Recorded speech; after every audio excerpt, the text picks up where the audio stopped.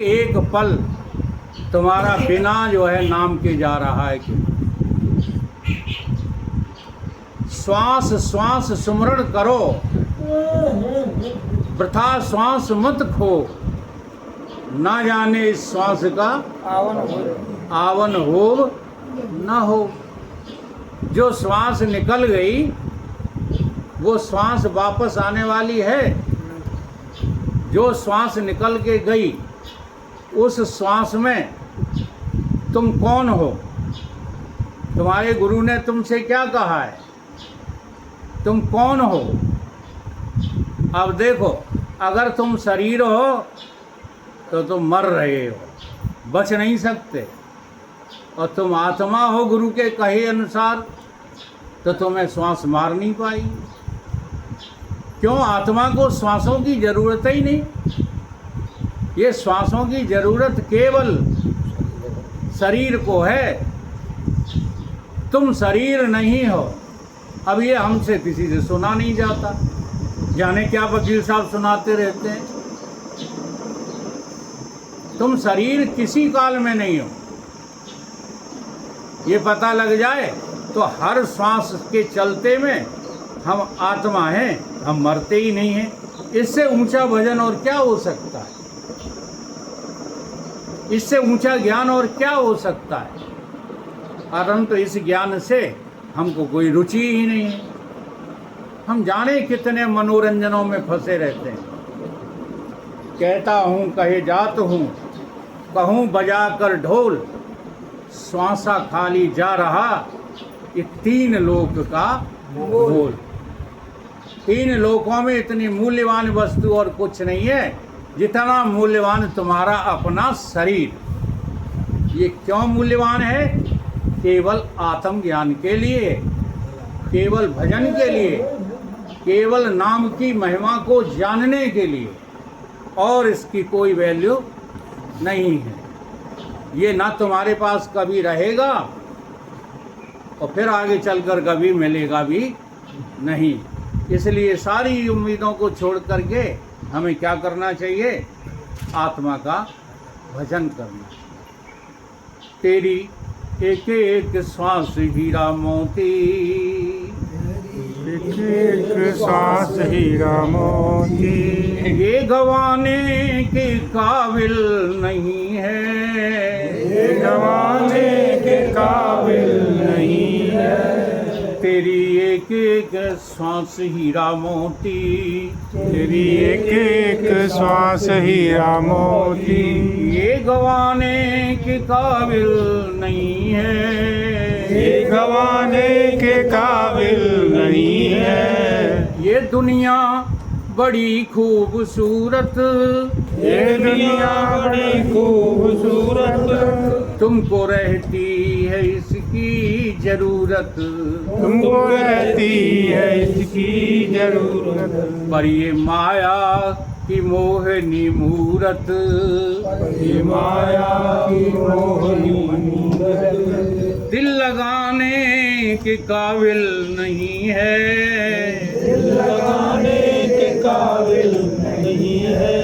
तेरी एक एक सांस हीरा मोती, तेरी एक सांस हीरा मोती, ये गवाने के काबिल नहीं है, ये गवाने के काबिल नहीं है। तेरी एक एक सांस हीरा मोती, तेरी एक एक सांस हीरा मोती। पशु जीते जिस सेवा कमाते, बस जीते जी सेवा कमाते, सारे पशु पक्षी जो है सेवा कर रहे हैं। ऐसा कोई पशु पक्षी नहीं है जो सेवा ना कर रहा हो। सेवा की परिभाषा समझिए। उनके पास जो कुछ भी है वो सब प्रकृति से है, प्रकृति के लिए है। बहुत से पशु पक्षी अगर आपकी खेती को नुकसान पहुंचाते हैं तो बहुत से पशु पक्षी कीटाणु आपकी खेती में सहायक होते हैं। इसी तरह हर जगह पर है, नुकसान भी पहुंचाते हैं तो फायदा भी करते हैं। ऐसे ही हमारे पेड़ पौधे नुकसान पहुंचाते हैं। जैसे नीम का पेड़ है, ये कड़वा होता है कि नहीं? इसका फल किसी काम का आपके नहीं है, परंतु यही नीम का पेड़ अनेक प्रकारों से मनुष्य को लाभ पहुंचाता है। इसकी लकड़ी की जो है औजार बनते हैं, किवाड़ बनते हैं, जाने क्या क्या बनता है। और इसका जो कड़वापन है वो दवाई के काम आता है। तो लाभ भी पहुंचाते हैं, हानि भी पहुंचाते हैं, परंतु करते सेवा ही है। ये तुमसे मांगते कुछ नहीं। सेवा उसी को कहते हैं जो की तो जाए पर उसके एवज में मांगा कुछ ना जाए, उसका नाम क्या है? सेवा। तो पशु जीते जी सेवा कमाते, पशु जीते जी सेवा कमाते, बाद मरने के भी काम आते। बाद मरने के भी काम आते। मरने के बाद खाल सींग दांत उनके काम आते, बाद मरने के भी काम आते। बाद मरने के भी काम आते। और जीते जी जो तुमने सेवा नहीं की, जीते जी जो तुमने सेवा नहीं की, किसने? मनुष्यों ने। जीते जी जो तुमने सेवा नहीं की, जीते जी तुमने सेवा नहीं की। तो देखो, आप ये समझना चाहें तो समझ लें, और आगे के लिए जो है कृपया सत्संग का प्रभाव आपके अंतःकरण पर पड़ना चाहिए। तुम्हें सेवा करने से तुम्हारा अहंकार रोकता है। जी हाँ, अहंकार आ जाए। अब जैसे हम अपना उदाहरण लें, हमको यदि अहंकार आ जाए कि वहाँ कोई आता है नहीं है, हाँ बहुतों को आ जाता है अहंकार, आता कोई है नहीं, और हम 7 किलोमीटर अपनी पेट्रोल खर्च करके बार बार भागते हैं। क्या ज़रूरत है? हमको तो है ही ज्ञान, अब हमें ज़रूरत क्या है? तो ये अहंकार हमारे ज्ञान को मिटा देगा। समझ में बात आ रही? और अहंकार से जो है रिक्त होकर के हम आगे बढ़े हैं, तो ये हमारा बोध, ये हमारा आत्मानंद दिन दूना रात चौगुना तरक्की कर रहा है। ऐसे ही आप लोगों से कहते हैं, कहीं भी सेवा का मौका मिले तो अपने अहंकार को मार डालो और सेवा में लग जाओ। जीते जी जो तुमने सेवा नहीं की, जीते जी तुमने सेवा नहीं की, तो बाद मरने के काम आने काबिल नहीं है। काम आने के काबिल नहीं। बता दो, मनुष्य जब मर जाता है तो इसकी खलरिया किसके काम आती है? बोलो। अच्छा, एक काम करना, डुको मर जाए तो इनके हाथ काट के रख लेना, काम आ जाए, शायद पैर काम आ जाए। तुम किसी तरह से मरने के बाद काम के नहीं रहोगे, इसलिए मरने से पहले देखो, कुछ लोग दिमाग लगा रहे हैं कि नहीं हम मरने के बाद काम आएंगे। जैसे नहीं, मैं बता ही देता हूँ, जैसे तुम्हारी आंखें जीवित रहते निकाल ली जाएं, मरने के बाद काम आने वाली नहीं है। डॉक्टर भी कहते हैं अगर तुम्हारे यहाँ कोई मर रहा है, आखिरी समय है, तो मरने के 10 मिनट उपरांत मुझे वहाँ बुला लेना, मैं आंखें निकाल लूँगा। और हमारा शास्त्र क्या कहता है जानते हो? कि जब तुम्हारे प्राण उत्कर्ष कर जाते हैं तो डेड बॉडी को, मृतक शरीर को कम से कम 4 घंटे घर में रोकना चाहिए। क्यों? क्योंकि 4 घंटे तक उप प्राण तुम्हारे शरीर में रहते ही रहते हैं, जिनका डॉक्टर भी पता नहीं लगा सकते। इसलिए कभी कभी चमत्कार देखा गया है कि मुर्दे जो है उठ के खड़े हो गए। इसका अर्थ ये नहीं है कि वो मर के जिंदा हो गए। यही रहस्य है जो शास्त्रों में लिखा है। 5 प्राण होते हैं तो वो प्राण तुम्हारे सामने आ जाते हैं, मशीन जान जाती है, नाड़ी से पता चल जाता है कि मर गया। लेकिन जो 5 उप प्राण होते हैं उनका पता मशीनों ने भी आज तक नहीं लगा पाया, और हमारे ऋषि मुनियों को ये पता था। इसलिए उन्होंने घोषणा की कि मृत शरीर को 4 घंटे तक रोकना चाहिए। जीते जी जो तुमने सेवा नहीं की, जीते जी तुमने सेवा नहीं की, तो बाद मरने के काम आने के काबिल नहीं है। मरने के काम आने के काबिल नहीं। तेरी एक एक श्वास हीरा मोती, तेरी एक एक श्वास हीरा मोती, यों गंवाने के काबिल नहीं है। गंवाने के काबिल नहीं है। तू कुसंगत पे लट्टू है ऐसा, तू कुसंगत पे लड्डू है ऐसा, जाए उसमें खर्च करके पैसा, जाए उसमें खर्च करके पैसा, बिना मूल अनमोल मिले सत्संग, बिना अनमोल मिले सत्संग, तू उसमें आने के काबिल नहीं है। उसमें आने के काबिल नहीं है। तुम कुसंगत में इतने लट्टू हो, देख लो। अब हाल बता देते हैं, माताएं बताएं। माताओं के मायके में शादी है, और मायका है कम से कम 200 किलोमीटर दूर, तो किराया खर्च करके जाओगी कि नहीं जाओगी? जाओगी, ठीक। और उसी समय यहाँ सत्संग चल रहा है वकील साहब का, जिसमें एक पैसा खर्च होने वाला। बता, मायके जाओगी कि यहाँ आओगी? हाँ? तू कुसंगत, ऐसे ही भागवत का चल रहा है।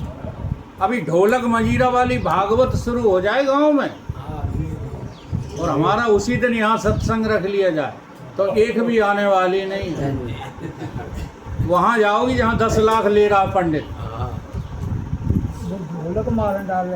तू कुसंगत पे लट्टू है ऐसा, तू कुसंगत पे लड्डू है ऐसा, जाए उसमें खर्च करके पैसा, जाए उसमें खर्च करके पैसा, बिना मूल अनमोल मिले सत्संग, बिना मूल अनमोल मिले सत्संग, तो उसमें आने के काबिल नहीं है। उसमें आने के काबिल नहीं है। तेरी एक एक श्वास हीरा मोती, तेरी एक एक श्वास हीरा मोती, यों गंवाने के काबिल नहीं है। गंवाने के काबिल नहीं है। गई जवानी जो आया बुढ़ापा, गई जवानी जो आया बुढ़ापा, तू सबको लगने लगा है पराया। तू सबको लगने लगा है पराया। अच्छा, बुढ़ापे में पराये लगने लगते हैं कि नहीं? ये चैन नहीं लेती, डुको बैठी बैठी काई काई काई काई कर। हाँ? हम बहुत समझाते हैं माताओं को कि देखो, मान जाओ 60 साल के बाद हम बहुओं से बातें छोड़ दो, कहना नहीं ये तुम्हें कहीं का नहीं छोड़ेंगी, मारेंगी। और हाँ, लेकिन मन नहीं मानता। मन क्या कहता है कि हम जैसे शऊर का काम ये बहू कर ही नहीं पाते। वास्तव में कर तो नहीं पाती है, हमें पता है। जो हमारे वृद्ध लोग काम में पारंगत हैं, अच्छा भोजन बनाने में, हम तो बीत रही है बहुओं का बजा बनाया हुआ भोजन। देखो सबके सामने कह रहे हैं, डरते नहीं किसी से। बहुओं का बनाया हुआ भोजन कभी स्वादिष्ट नहीं बनता, और वही कोई माता बना देती है पूरी पुरानी, तो उसमें जो है अपने आप आनंद आ जाता है। हम केवल अपनी पत्नी का पक्ष नहीं ले रहे, सब वृद्धों की बात कर रहे हैं, क्योंकि इन वृद्धों के हाथ में अभ्यास है, भोजन बनाने का अभ्यास है। और बहुएं भोजन बनाने के लिए इतना डरती हैं कि हर एक घर में जो मालदार घर हैं, नौकरानियां लगी हुई हैं भोजन बनाने वाली। अब समझ लो ये भोजन कैसा बनेगा। तो गई जवानी बुढ़ापा जो आया, गई जवानी बुढ़ापा जो आया, अब घर में कुछ नहीं धरा तो लगने लगा सबको पराया, तू लगने लगा सबको पराया। बाल बच्चे कहे मरे ये बूढ़ा, बाल बच्चे कहे मरे बूढ़ा, अब कमाने के काबिल नहीं है, अब कमाने के काबिल नहीं है। तेरी एक एक श्वास हीरा मोती, तेरी एक एक श्वास हीरा मोती। इसलिए हम बूढ़े होकर के भी कमाने में लगे पड़े हैं, अपनी जिंदगी बर्बाद करने में लगे पड़े हैं। ऊपर उठाओ मोड़। हाँ। और कोई बात नहीं है, सत्संग इनको प्रिय है, बड़े भले मानुस हैं, हमारे हृदयस्थ हैं, लेकिन पूरी जिंदगी खराब दुकान में क्यों कर रहे हैं? इनको डर लगा है कि जिस दिन बंद हुए करना कमाना, रोटी बंद नहीं, उसी दिन जो है जूते पड़ेंगे। हाँ? गई जवानी जो आया बुढ़ापा, गई जवानी जो आया बुढ़ापा, तो सबको लगने लगा है पराया, सबको लगने लगा है पराया। बाल बच्चे कहें मरे ये बूढ़ा, बाल बच्चे कहें मरे बूढ़ा, अब कमाने के काबिल नहीं है, अब कमाने के काबिल नहीं है। तेरी एक एक श्वास हीरा मोती, तेरी एक एक श्वास हीरा मोती, यूं गंवाने के काबिल नहीं है, कमाने के काबिल नहीं है। जो न माने तो रोना पड़ेगा, जो न माने रोना पड़ेगा। अगर सत्संग की बात नहीं मानी तो आखिरी में इस संसार से तुम आंसू बहाते हुए जाओगे। जो न माने तो रोना पड़ेगा, जो न माने तो रोना पड़ेगा, नरक में सेट होना पड़ेगा, नरक में सेट होना पड़ेगा, नरक में सेट होना पड़ेगा, नरक में सेट होना पड़ेगा। ऐसा होगा बुरा हाल तेरा, ऐसा होगा बुरा हाल तेरा, जो बताने के काबिल नहीं है, जो बताने के काबिल नहीं है। तेरी एक एक श्वास हीरा मोती, तेरी एक एक श्वास हीरा मोती, यो गंवाने के काबिल नहीं है, जो गंवाने के काबिल नहीं है। इसलिए सच्चा सेवक गुरु का तू बनकर, सच्चा सेवक गुरु का तू बनकर, भजन कर और शुभ कर्म कर, भजन कर और शुभ कर्म कर। सच्चा सेवक किसका? गुरु का। हाँ, के नेता का, बोलो, के सेठों का।